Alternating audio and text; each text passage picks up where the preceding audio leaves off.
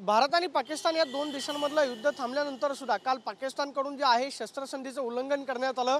पंजाबमधल्या अनेक महत्त्वाच्या शहरांमध्ये पाकिस्तानी ड्रोन दिसल्याची चर्चा जी आहे ती पाहायला मिळाली। मात्र अचानकपणे काल अमृतसर शहरामध्ये रात्री 9 वाजता ब्लॅकआउट जे आहे ते पूर्णपणे करण्यात आलेलं होतं। मात्र सध्या अमृतसर शहर जे आहे ते सकाळच्या सत्रामध्ये सुरळीत होताना पाहायला मिळतंय। कामाच्या निमित्तानं नागरिक जे आहे ते घराबाहेर पडतायत। मात्र अमृतसर शहराच्या अनेक गावांमध्ये पाकिस्तानी ड्रोन जे आहे ते भारतीय हवाई दलानं पाडलेले होते।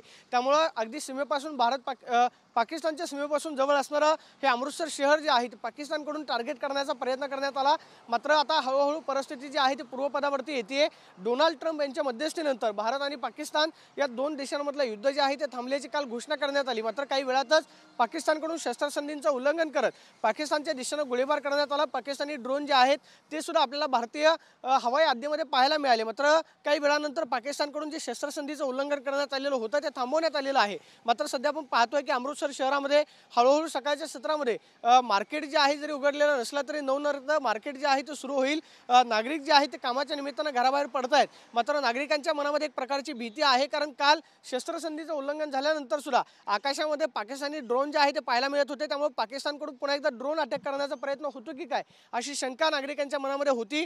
मात्र त्यानंतर अमृतसर शहर जे आहे ते काही वेळामध्ये पूर्णतः ब्लॅकआउट करण्यात आला आणि सध्या पाहतोय की अमृतसरमधलं जनजीवन जे आहे ते हळूहळू सुरळीत होताना आपल्याला पाहायला मिळतंय। आज पाकिस्तानकडून शस्त्रसंधीचं उल्लंघन केलं जातं का किंवा पाकिस्तानी ड्रोन जे आहे ते भारतावरती अटॅक करण्याचा प्रयत्न करतात का हे पाहणं महत्त्वाचं असणार आहे। मात्र केंद्रीय गृह मंत्रालयानं आपल्या BSF आर्मी जवानांना जे आहे ते प्रियाण दिलेलं आहे, जर पाकिस्तानकडून कोणत्याही पद्धतीची हालचाल झाली तर त्यास जशास तसं प्रत्युत्तर द्या। मात्र सध्या अमृतसर शहरामध्ये जे आहे ते हळूहळू जनजीवन जे आहे सुरळीत व्हायला सुरुवात झालेली आहे। आज नक्की पाकिस्तानकडून काय केलं जातं हे पाहणं महत्त्वाचं असणार आहे। मात्र रात्रीची तणावपूर्ण शांतता जी आहे सकाळच्या सत्रामध्ये आपल्याला अमृतसरमध्ये पाहायला मिळते। Camera person Rakesh Kumar Soni, Pradeep Kapse, TV9 Marathi, Amritsar, Punjab.